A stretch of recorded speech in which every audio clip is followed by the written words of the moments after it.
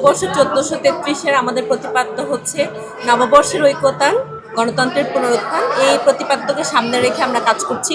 প্রতিবারের ন্যায় এবারও আমাদের শিক্ষক, অ্যালামনাই এবং শিক্ষার্থীদের স্বতঃস্ফূর্ত অংশগ্রহণ আছে।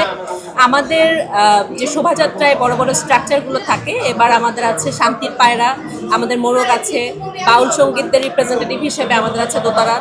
তারপরে আমরা এখানে হচ্ছে ঘোড়া আছে, ফক মোটিভ থেকে হাতি আছে, তো এগুলো আমরা রাখছি। আর পাশাপাশি আপনারা দেখবেন এখানে আমাদের জলরং, এখানে ওয়ার্কশপে কাজ হচ্ছে, এখানে সরাচিত্র হচ্ছে, ফক মোটিভগুলোকে বারবার রিপিটেটিভলি আমরা নিয়ে আসার চেষ্টা করছি। এই তো। নামের একটা আমরা দেখতে পাই। এই বিষয়ে আসলে আমাদের এই শোভাযাত্রার যে জার্নিটা, এটা একদম সর্বপ্রথম যে আমাদের যখন র্যালিটা শুরু হয় আনন্দ শোভাযাত্রা নামেই ছিল, মাঝখানে এটা মঙ্গল শোভাযাত্রা হয়েছিল। এবার সিদ্ধান্ত নেওয়া হয়েছিল সংস্কৃতি মন্ত্রীর সাথে বসে যে আবার এটাকে আনন্দ শোভাযাত্রাই নেওয়া হবে। তো ফাইনালি দেখা যাক সামনে। প্রতিবারই বিতর্ক ছিল না, এটা গত বছর থেকে বিতর্কটা শুরু হয়েছে। তার আগ পর্যন্ত এটা মঙ্গল শোভাযাত্রাই ছিল, কিন্তু একদম যখন এই শোভাযাত্রাটা শুরু হয় তখন এটা আনন্দ শোভাযাত্রা নামেই ছিল।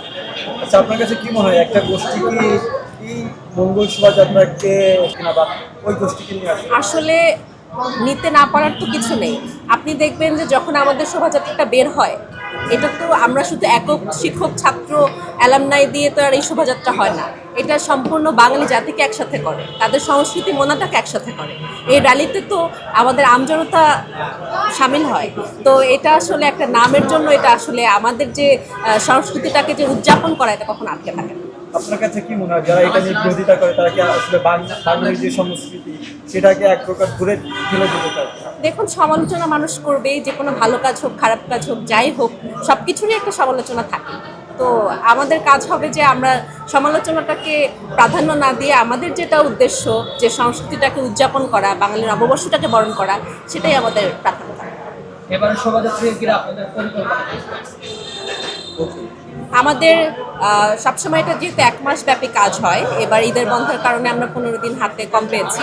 এই 15 দিনে তারপরেও সবাই অক্লান্ত পরিশ্রম করছে। আপনারা এখানে দেখে থাকবেন যে আমাদের বড় বড় স্ট্রাকচারের কাজ হচ্ছে, এখানে সরার কাজ হচ্ছে, পেন্টিংয়ের কাজ হচ্ছে, মুখোশের কাজ হচ্ছে, পাখি ঘরে কাজ হচ্ছে।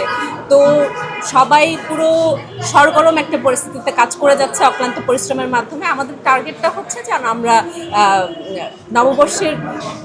নববর্ষের দিন একদম সফলভাবে আমাদের র্যালিটাকে বের করতে পারি।